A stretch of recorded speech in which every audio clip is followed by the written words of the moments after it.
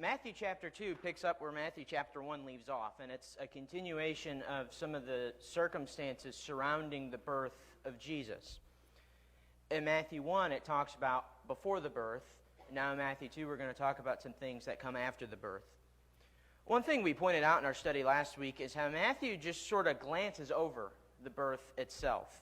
It's only briefly mentioned at the end of Matthew chapter 1. Matthew doesn't say anything about the manger or the swaddling cloth or anything like that. He simply says, as sort of a matter of fact, that Jesus was born. And the reason for that seems to be that Matthew cares more about conveying to his readers the circumstances surrounding the birth, both before and after, rather than just the birth itself. Matthew's agenda, like we've said, is to prove to his Jewish readers that Jesus is indeed the promised Jewish Messiah, and that God's kingdom has been established. His agenda is different than the agenda of, say, Luke in his writing. Luke tells Theophilus his agenda at the beginning of his gospel account, where he says he's wanting to provide an orderly account of what's happened. In other words, Luke is simply providing reliable and eyewitness history. Now, that's not to say that Matthew's gospel isn't also reliable eyewitness testimony, and it's not historically accurate, because we know that's true. But rather, Matthew cares more about conveying a point than he does simply about telling the history. And so today in Matthew chapter 2, I'd help if I turn the clicker on. In Matthew chapter 2, we're going to see two of Matthew's main agendas weave together in this one story. The two agendas are some that we've already talked about, the two being the fulfillment of messianic prophecy and then also the establishment of God's kingdom. In this chapter, Matthew 2, these two themes weave together in Matthew's telling of the arrival of the promised king. Jesus' kingship is a pretty important fact that comes up in this chapter. In fact, it sort of drives some of the subsequent events, like Herod seeking after his life, for example. And another thing we see in this chapter is Matthew alludes to or quotes from at least 5 different prophecies which are fulfilled in this story. And there's not just those allusions or quotations, but there's also a lot of parallels that we'll point out as well. And so Matthew is showing us pretty plainly, I think, that the king has arrived and he is the fulfillment of all of this prophecy. And so with all of that in mind, let's get into Matthew chapter 2. Verse 1 says, "Now after Jesus was born in Bethlehem in Judea, in the days of Herod the king, behold, wise men from the east came to Jerusalem." Notice again that Matthew more or less just glances over Jesus' birth. He just states that it happened, as a matter of fact. Except here he also points out the place where he's born. He's born in Bethlehem in Judea. Bethlehem is also known as the city of David, and the reason for that is because it's David's hometown. That's where David was from. And as we'll see later on, it is not a coincidence that Jesus was born in Bethlehem. This is the fulfillment of prophecy, which we'll see later on. Something interesting here is how Matthew simply calls it Bethlehem in Judea, whereas Luke, as he records the birth, he calls Bethlehem the city of David. He does that in Luke 2 and verse 4. Matthew doesn't have to call it the city of David because we assume his Jewish readers would have known it as the city of David. Matthew also gives us a timestamp. Jesus was born in the days of Herod the king. We understand this Herod, because there's different Herods that are mentioned throughout the Bible. There's a few. We understand this Herod as being Herod the Great, who, again, is a real and historical person. You can go to Wikipedia, and there's a page for Herod the Great. He's a real person. And as we're going to see later on, Herod becomes quite an important piece of this puzzle. He's sort of, in this chapter, the antagonist. He's the villain. Here in this verse, we're also introduced to the wise men, or some of your versions may call them the magi. Magi is simply a transliteration of the Greek. That's the word that's used. And there's a lot of confusion about just who these magi were, or perhaps even what they were. The reason for that is because the word that is used to describe them, magi, is broad in its nature. It can mean different things. It can refer to philosopher-type people, intellectuals. It can refer to magicians and sorcerers. This is used in the book of Acts to refer to Simon the sorcerer, right? The word magi is used in that instance. It can also be used to refer to astrologers. These are people who study stars and who study the solar system. Well, based on the context of this chapter, the things that we see, you could call them philosopher-type people. You could call them intellectuals, which is how the ESV translates this. But it seems like based on the context of this chapter, the fact that they're following a certain star, which we'll read of, it seems like they're astrologers in nature. That's what Burton Kaufman just assumes. Matthew also points out that they were from the east. This implies that they're Gentiles. And they're probably either from Persia, Arabia, or Babylon. It's unclear which one, and there's speculation as to which one it could be. I don't think it necessarily matters what country they're from. It just says that they're from the east. Now, before we get too far, notice some things that the Bible does not say about the Magi or the wise men. It does not say that they were kings. It only describes them as Magi or wise men. For some reason, a lot of people assume that they were kings.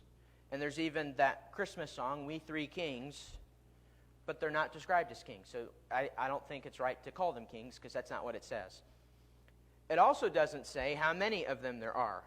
And so that song is actually doubly incorrect because it says We Three Kings. Well, it doesn't say how many there are. You hear people all the time describe the three wise men. And you may even see three of them portrayed in nativity scenes when you're driving through town around Christmas time. But it doesn't say how many of them there were. There could be three of them. There could be two of them. There could be four of them. There could be five of them. There could be 10 of them. We don't know. All we know is that there's a plurality of them because it's the plural that's used in the original language. So we don't have a set number, but we know it's at least two. Another thing from what I've read is the reason that the traditional number associated with them is 3. One, I think 3 is just a nice round number. We like to use 3 with things. But there's also the fact that later when they arrive to the house where Jesus is in Bethlehem, they offer 3 gifts. They offer gold, frankincense, and myrrh. But that doesn't necessarily mean that there were 3 of them. That just means that they offered 3 gifts. And so that doesn't really apply. So the Magi, or the wise men, come to Jerusalem from the east, and this is what they have to say. It says, "Where is he who was born King of the Jews? For we saw his star when it rose and have come to worship him." What it is that has brought these Magi to Jerusalem is the star that has risen, which is why many people just assume that they were astrologers since they're following a star, and that makes sense. Well, what is this star that they're talking about? Well, some liken this to old ancient traditions that state that when a new star rises up, a significant new life has just been brought into the world. They see this new star, so they assume that someone really important must have just been born. So maybe that's what they think. But really, the answer is much more simple than that. They seem to have known about this prophecy from Numbers chapter 14, which comes from the mouth of Balaam. Numbers 24 and verse 17 says, "I see him, but not now. I behold him, but not near. A star shall come out of Jacob, and a scepter shall rise out of Israel. It shall crush the forehead of Moab and break down all the sons of Sheth." Now, remember the context of this in Numbers. Steve just taught this not that long ago. The king of Moab wants Balaam to say a curse against Israel, but all that Balaam can do is bless Israel. And this is one of these blessings. Except this isn't a blessing that's immediate. It's one that in Balaam's words was not now and was not near. And this blessing, this is the blessing of a star that shall come out of Jacob and a scepter that will rise out of Israel. So this is the star, it seems, that the Magi are referencing. The star that has come out of Jacob. That's probably how they knew to come to Jerusalem, because Jerusalem's kind of the capital city of the region that once was Israel, that is now the region of Judea. And linked with that is the scepter that would rise out of Israel. They're interconnected here in this prophecy. But I want you to notice that even though it's objects that are mentioned, it's a star and it's a scepter, Balaam is seeing a person. He uses these personal pronouns. I see him. I behold him. This is a person. He's using these pronouns. And so the star and the scepter are a person. And so this prophecy is speaking about a certain individual. And the Magi seem to know that, which is why they know that this King of the Jews has been born. It's because they've connected the dots of Numbers 24 and 17. They realize that scepter that's mentioned, that pertains to a ruler, a king, one that rises out of Israel to reign over Israel. And they know that this is a person, and they know that this person, this star and this scepter that is risen up, this person is someone who needs to be worshipped. So this is the purpose of their coming. They're looking for the one who's been born King of the Jews, so they can go and so that they can worship him. And as we'll see in a moment, the Magi, they stand in a pretty stark contrast with the Jewish leaders. They're Gentiles, they're from the east, and they're looking for the King of the Jews so that they can worship him. But the Jewish leaders can't even be bothered to look for him, and later on they're going to have him killed. So here is the first prophecy that is fulfilled so far in Matthew chapter 2. Although it's not quoted directly, it's heavily alluded to. The star and the scepter out of Jacob and out of Israel that has come. And the Magi are looking for him.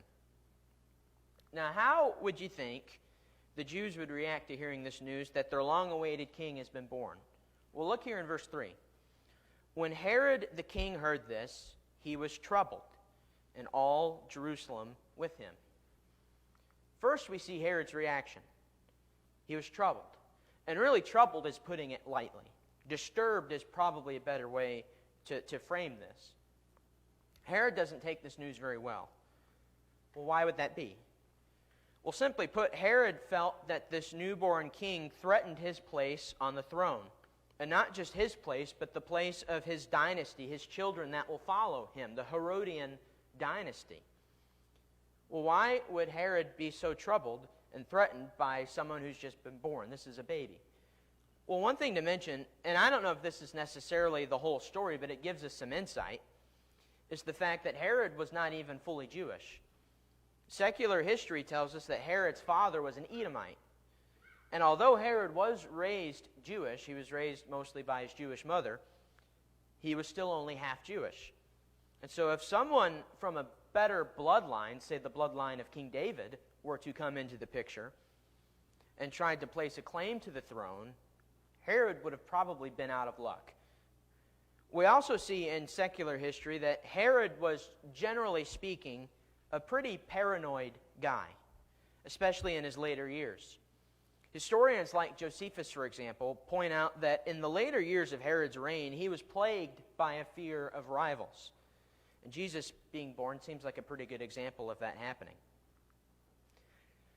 Well, you can understand why Herod would have been troubled by this, even though it's still wrong, but why would all Jerusalem be troubled with Herod? Well, a simple explanation is the fact that a troubled leader leads to troubled people. So if their king is troubled, that would also trouble them. But there's something else I think that's interesting here. The word Jerusalem could refer not just to the city or even to the people of the city, but it could refer to the leadership of the city, the leaders in Herod's administration in particular. Sort of like how today we sometimes say when referring to our leaders, Washington did this happened in Washington, meaning this happened with our leaders, with Congress or with the president or whoever. Or thinking of it from a foreign perspective, London did this, Moscow did that. This might be a similar thing that Matthew is doing here. It could be referring to the leadership of the administration. And so if this is the case, this would refer to Herod's cabinet of leaders, which would not just include diplomatic leaders, but also religious leaders. This would include people like the priests. And so if you assume that about Jerusalem, that it's Matthew's way of referring to the Jewish establishment, you could call it, there around Herod, then the reason they're troubled is because they're sympathizing with their leader, possibly even sharing in some of his concern, which would already be a way for them to have rejected Jesus by choosing Herod over him. It sounds a lot like what they say in John 19 and verse 15 when they say, "We have no king besides Caesar." So Herod is troubled by this news, and he's going to have to do something about it. First, as we see here in verse 4, he inquired from the leaders there, the priests, the chief priests and the scribes, about where the Christ is supposed to be born. That tells me that Herod, even though he placed claim to Jewish heritage, and here he is the king of the Jews, he didn't know the Scriptures enough to know this, so he has to ask the priests and the scribes. And they do know. They rightly point out that the Christ is supposed to be born in Bethlehem of Judea, as it is written by the prophet. And the prophecy that they're talking about here comes from Micah chapter 5 and verse 2. "But you, O Bethlehem Ephrathah," I think is how you say that, "who are too little to be among the clans of Judah, from you shall come forth for me one who is to be ruler in Israel, whose coming forth is from of old, from ancient days." So this is how they know where the Christ is supposed to be, where the Christ is born, because it's been prophesied about. The prophet Micah points out that this ruler is going to come from Bethlehem, which again parallels him to David, since that's also where David was from. And so here already is another prophecy that Matthew attributes to Jesus, the fact that he was born in Bethlehem, which also parallels him to David. Now I find something interesting here about the priests and the scribes, which goes back to something that I pointed out earlier when talking about the Magi. They know where the Christ is supposed to have been born. And the Magi have come and they've said, "He has been born." They're looking for him. So why don't they go with the Magi? After all, this is their long-awaited king. Why aren't they making haste to go and look for this king? Why aren't they going and looking for the Christ? Did they not believe the Magi? It seems to me that they've already rejected Jesus before they've even come in contact with him. And we'll see that later on as we go throughout the rest of Matthew's gospel account. And so notice the contrast between the Gentile Magi and the Jewish leaders. The Magi were proactively looking for the newborn king, but the Jewish leaders couldn't be bothered to look for him. The Magi are looking for him because they want to go and worship him. They want to go offer gifts. But the Jewish leaders, instead of doing that, will eventually orchestrate his death. And so already the Jewish leaders are being portrayed in an antagonistic, in a vilified point of view by Matthew, and it fits. And this is going to continue throughout the rest of this book, all the way through to the end. So Herod is troubled. He's had the priests and the scribes tell him where the Christ was born, and now he wants the wise men, the Magi, to tell him when the star has appeared, to try to get an idea of when he was born. And notice that Matthew points out that he does this secretly. There's something sinister that's going on here. He doesn't want people to know what he's doing. He's trying to hide his hand. And he wants to know when this child was born. Later on, it's revealed that he uses this information as an indicator for which children he's going to end up slaughtering in Bethlehem. And he wants them to bring word back to him after they have found the child. And the reason that he tells them is because he wants to also go and worship the newborn king.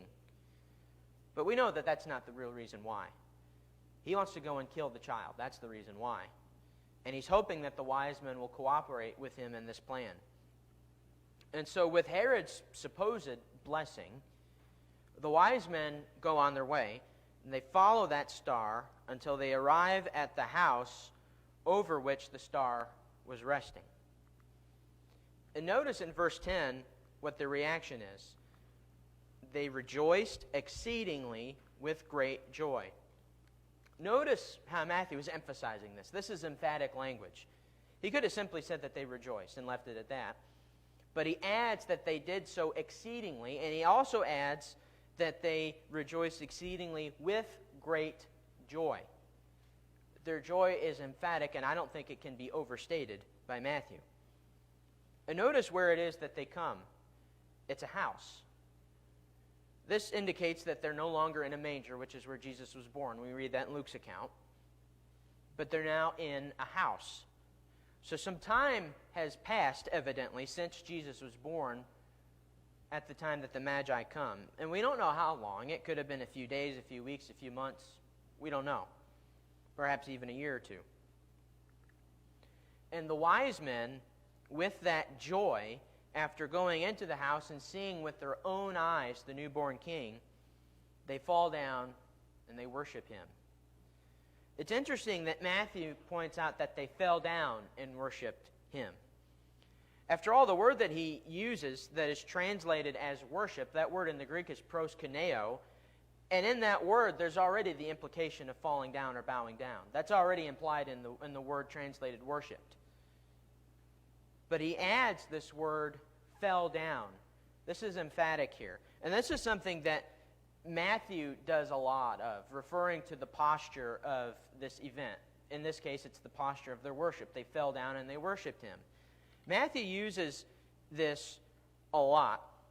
And it's not just about falling down and worshiping, but he also uses it to refer to falling down and praying, falling down and begging, falling down and being terrified, and so on. And falling down, of course, conveys humility, especially when it comes to our worship. It's saying when you fall down or when you bow down that you are below the one that you are worshiping. That's why some people, if they're physically able to, they may sometimes pray from their knees, or even in some cases they may pray laying flat on the ground. And in some religions, that's how they pray by default. Any other kind of prayer is unacceptable. And so they fall down and they worship the newborn king, and they offer these gifts, the gold and the frankincense and the myrrh. Could you imagine giving a gift something so valuable, giving as a gift something so valuable to a toddler, a newborn? I know a lot of times when you go to a birthday party for a toddler, like if they're turning 1 or if they're turning 2, you oftentimes give them some hand-me-down stuff. It may be stuff that your kids had and they've grown out of it, so you give it to them. Or maybe you buy them something and it doesn't cost that much money. It's relatively inexpensive. Because a toddler isn't going to have any concept of the gift that you've given them. They're just not. They're not going to remember it, usually, when they're that young.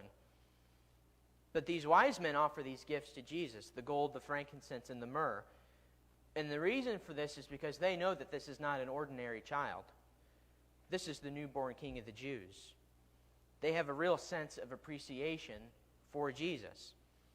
And again, contrast that with the Jewish leaders who couldn't be bothered to go look for him. Even though they knew where he was, they knew he would be born in Bethlehem. And as the wise men have told them, he has been born. And so why would you not go and see the king that you've been waiting for all of this time? You've waited hundreds of years for this. Why not go? Well, it's puzzling. And Matthew will continue to paint these Jewish leaders in a pretty negative light. In particular, the scribes and the Pharisees, but also the priests and the Sadducees. So the Magi have visited the newborn king, and it comes time for them to leave and to go back to where they've come from. But don't forget that Herod wanted them to swing back through Jerusalem and tell him where they found him so that he can go and supposedly worship him. But the Magi are warned to not listen to Herod and to not return to him. I don't know what the warning, or I don't know if the warning said why that is the case, but we do know that the Magi listened to that warning and they didn't return to Herod. They went some other way and they returned back to their own country. This is divine intervention. Because if they hadn't have gotten that dream, if they had gone back and reported to Herod where, if they give him an address, let's say, Herod would have went and he would have killed him. I don't know if they knew that in particular, but that's exactly what would have happened if Herod had had his way. And now we see again more divine intervention, this time from Joseph, who is Jesus' legal father. And so once again, just like an angel did in chapter 1, an angel appears to Joseph in a dream. It's just like when he was going to divorce Mary. The angel stopped him from doing that, and now this angel is going to stop Joseph from letting this child be killed. And what he tells Joseph to do is to run away and to go to Egypt and to stay there until the angel said he could go. What we see happening here is Jesus has to go into hiding. He has to go into exile, and he has to do so indefinitely. They don't know when it will end. And the reason is, as we've seen coming, Herod is going to try to destroy the child. And so in order to protect the life of the child, they flee and they go into Egypt. Although obviously pretty different, the circumstances that is, there's a striking amount of similarities between the flight of the newborn Jesus and the flight of Moses. If you compare this story in Matthew 2 with the one of Moses' exile in Exodus 2, you'll see what I mean. And so here in Matthew 2, Herod the leader, that might be too small, I don't know if you can read that. Herod the leader of that region, he's the king, he's trying to kill Jesus. Well, in Exodus chapter 2, we also see that Pharaoh, the leader of that region, Egypt in that case, he's trying to kill Moses. This is after, you may recall, Moses kills that Egyptian who had been quarreling with that Hebrew. And so in Matthew 2, because of that threat on Jesus' life, he's taken out of Bethlehem into Egypt. And Moses is sort of the inverse of that. He's leaving Egypt and going to another place. In this case, he's going to Midian. And there's more similarities between these two, and there's actually a very interesting parallel of Scripture, almost word for word, verbatim the same, from Exodus 4 and Matthew 2, but we'll see that a little later. And so Joseph is warned by the angel that Herod is going to pursue this child's life. And so we see here that he listens to the angel, he takes him and his mother, and they go to Egypt, and they remain there until the death of Herod. This also, according to Matthew, is the fulfillment of prophecy. And the specific prophecy that this is from Hosea chapter 11 and verse 1. And this is another instance of something we looked at last week, this sort of double fulfillment that Matthew uses quite a lot. Because when you read Hosea 11 and verse 1 in its context, it's obvious that's talking about God calling the people of Israel, who he refers to as his son. He calls them out of Egypt. He's talking about the story of the Exodus, the exiting of Egypt by Israel. And yet you have Matthew here, who is inspired by the Spirit, and he points out that this is a prophecy that Jesus fulfills. And so we can add this to our list of prophecies that are fulfilled. The fact that God has called his son out of Egypt. Jesus fulfills that. And so the wise men don't go back to Herod, and now Joseph has taken Jesus and Mary, and he's left Bethlehem, and he's went into Egypt. And so where does this leave things with Herod's plans to kill Jesus? Well, for starters, Herod's pretty mad that he had been duped by the wise men. It says he became furious. He's pretty hot. He's livid. And Herod does like many people do when they're angry. He overreacts. He takes things too far. And that's certainly what he does. He doesn't know where Jesus is. As far as he knows, he's still in the region of Bethlehem. And so instead of being able to target that one specific child, he targets every male child who would have been born in Bethlehem around that time, 2 years or younger, or older in that case. He's so desperate to have Jesus killed, he orchestrates what is more or less a genocide in Bethlehem. This sounds an awful lot like the reaction of Pharaoh in Exodus chapter 1, where, if you recall, in Exodus 1, while the people of Israel are living in Egypt, they were growing in number and population so fast that the Egyptian Pharaoh was worried that they would be able to overpower them in a conflict if their growth continued. And so first he enslaves them. He makes them go through this cruel labor, and he's hoping that'll slow down their growth, but actually it has an inverse effect. It says in Exodus 1 and verse 12 that the more they were oppressed, the more they multiplied and the more they spread. And so then Pharaoh commands the Hebrew midwives to kill any male children that are born. But the Hebrew midwives aren't going to do that. They fear God, and so they're not going to do that. Eventually we come to this in Exodus 1 and verse 22, where Pharaoh orders all of the people to throw any newborn Hebrew sons into the Nile River. And then you have the story of Moses in chapter 2 when he's born and the Pharaoh's daughter takes him, and there's all of that happens. Pharaoh ordered for genocide, and now in Matthew 2, Herod has ordered for genocide. Now imagine you're one of those mothers in Bethlehem who had a son who was 2 years or younger. Imagine your king coming and ripping that child out of your arms and slaughtering him. How would you feel? Well, on top of the rage that you would probably feel towards the king, you'd obviously also be mourning the death of your child. Imagine this happening to not just one mother, but several mothers, perhaps even dozens or hundreds of mothers during that time, having the king come and slaughter your sons. The weeping and the lamenting would be pretty widespread. Well, that weeping and that lamentation is also the fulfillment of prophecy according to Matthew.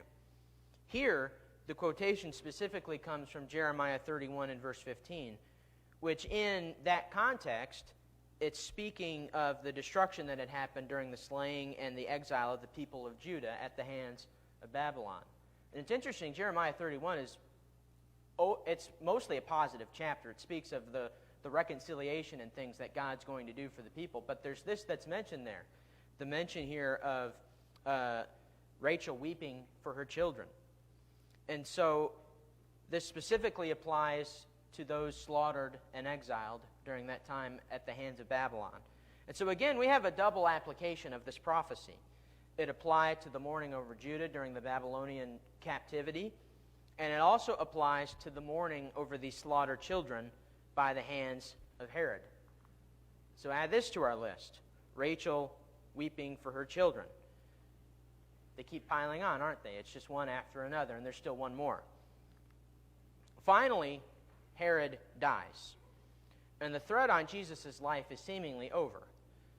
So the angel reappears to Joseph and gives him the okay to leave Egypt.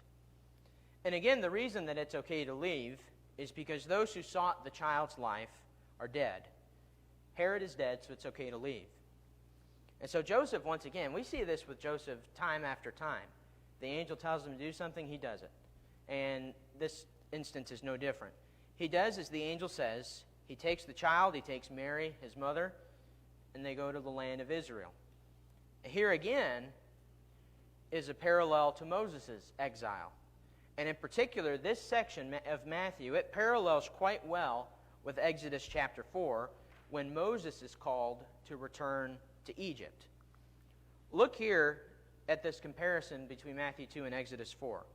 Now, the quotation here in Exodus is kind of funky, because the first part of it is actually a quotation from the Septuagint, but all the rest of it is from the ESV.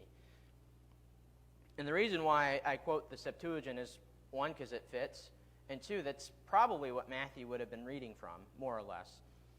And so look at this from Matthew 2 and 19 and the beginning of Exodus 4:19, as well as the end of verse 18, which again is the Septuagint. That's what that LXX is the Septuagint. That's the Greek translation of the Hebrew Old Testament, by the way, if you don't know.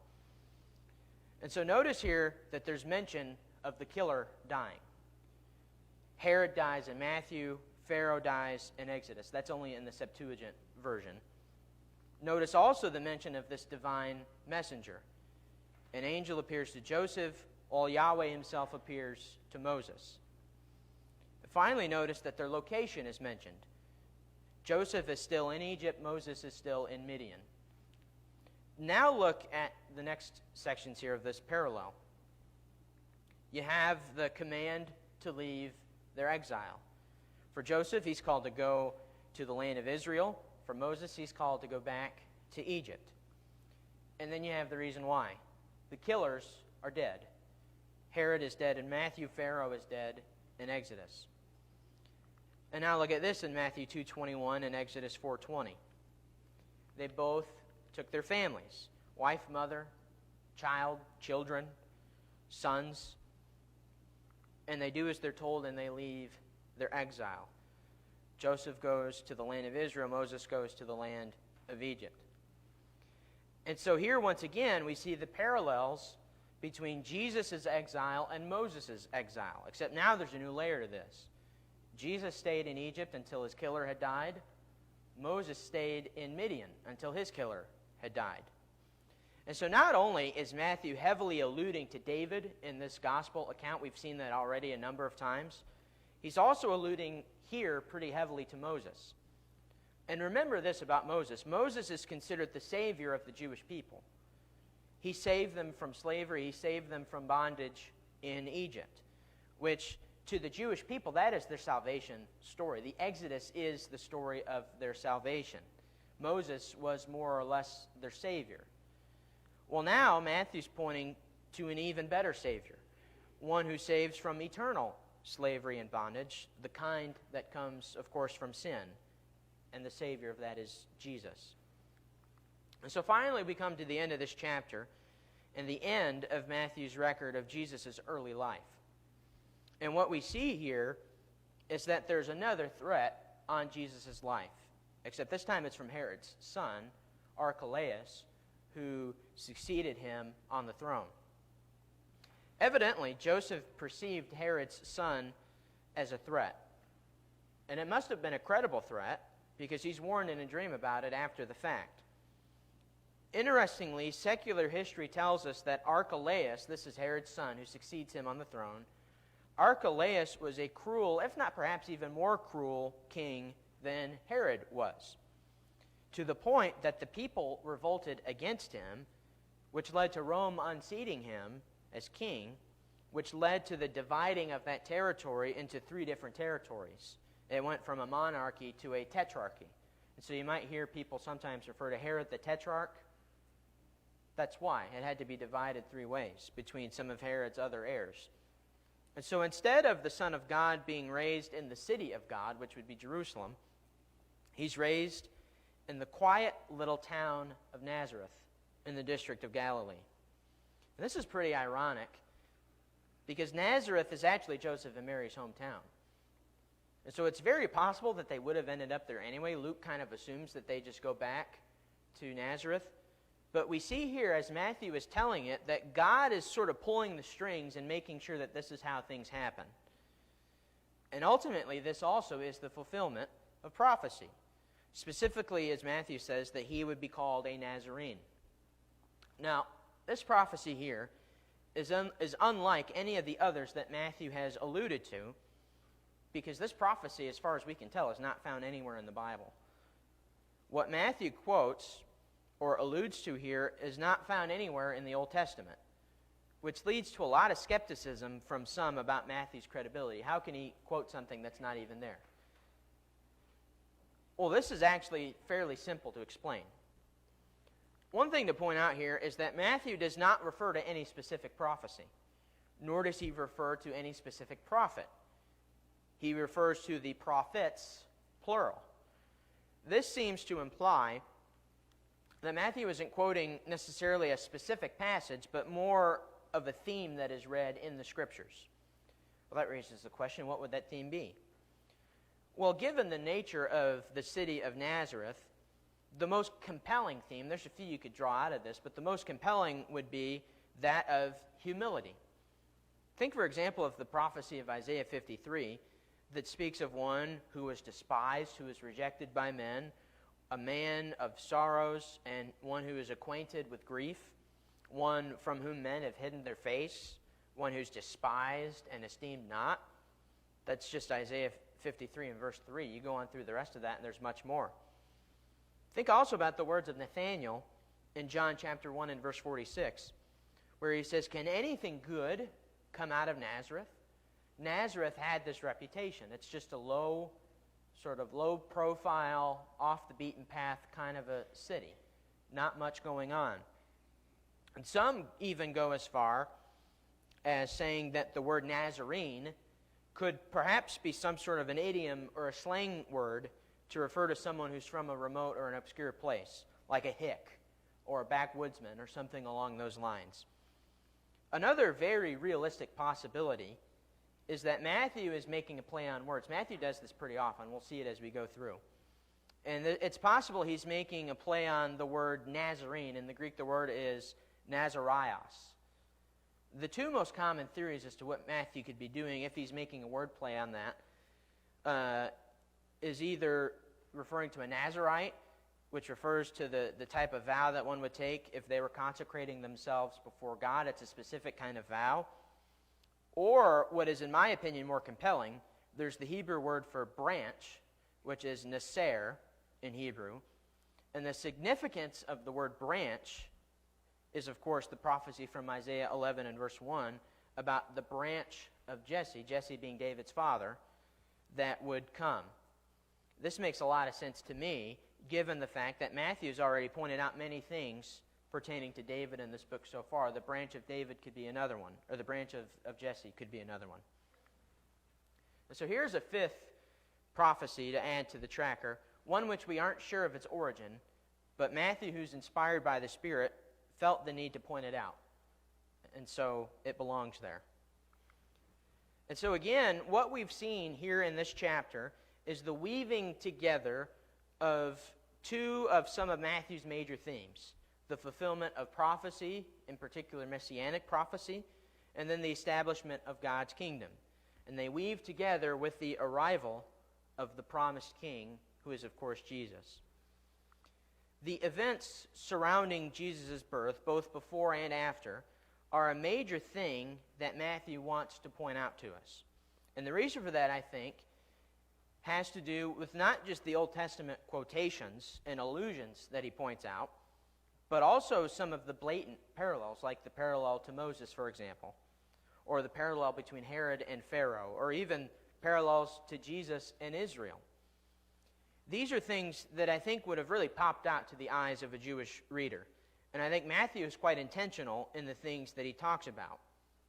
Nothing that he writes or alludes to or quotes is by accident. He's very intricately weaved these things together in this gospel account, more so, I would say, than the other gospel writers. He's more intentional with the things that he includes, and not just that, but the order in which he presents them, and so on and so forth. And so Matthew chapter 2 is one of the more Jewish chapters in this book, and we're going to see a lot more of it. Any comments or questions? Brad?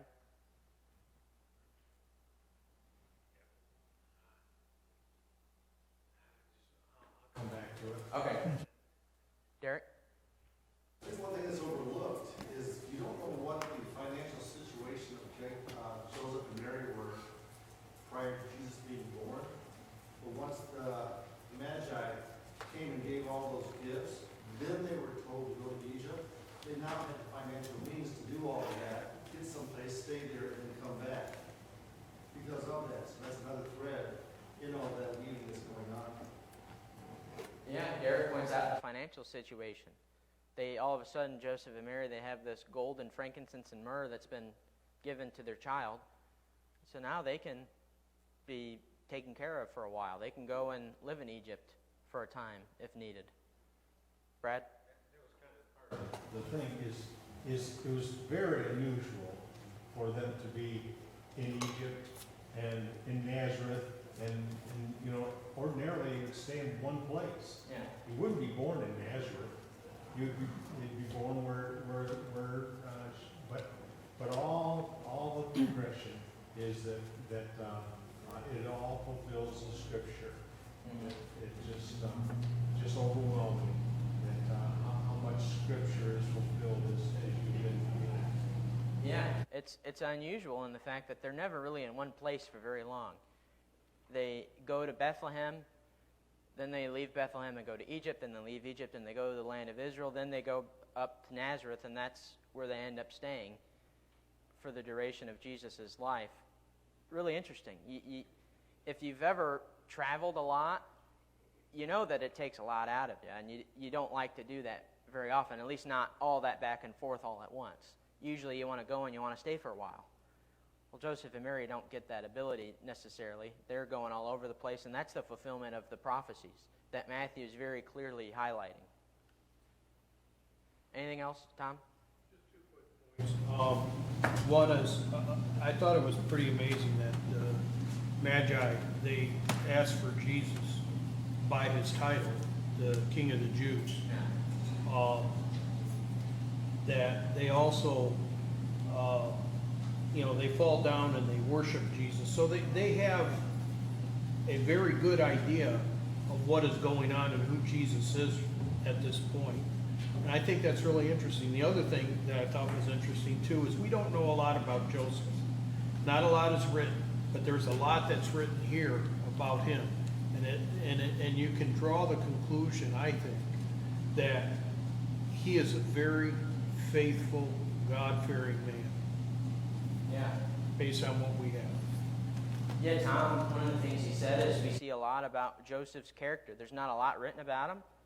Matthew in chapter 1 says he's a just man, and Joseph has kind of proven that to be true the more we read of him. He gets this intervention from these angels. He doesn't hesitate. He does what they say. He's got Mary's interest in mind, and now he has this child's interest in mind as well, and that says something good about him, I think. All right, thanks for being here.